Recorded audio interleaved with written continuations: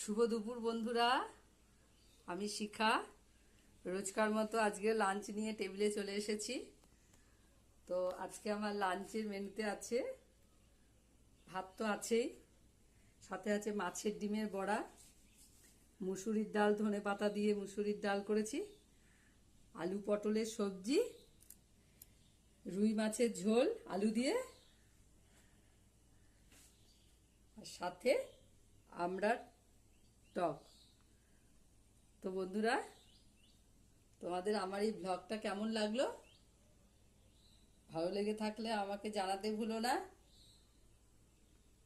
তো চলো লাঞ্চ করে নি। রোজ আমার একটু দেরি হয়ে যায় লাঞ্চ করতে। ঠিক আছে, আসি তাহলে, দেখা হবে পরের একটা ব্লগে। ততক্ষণ সবাই ভালো থাকবে, সুস্থ থাকবে। টাটা।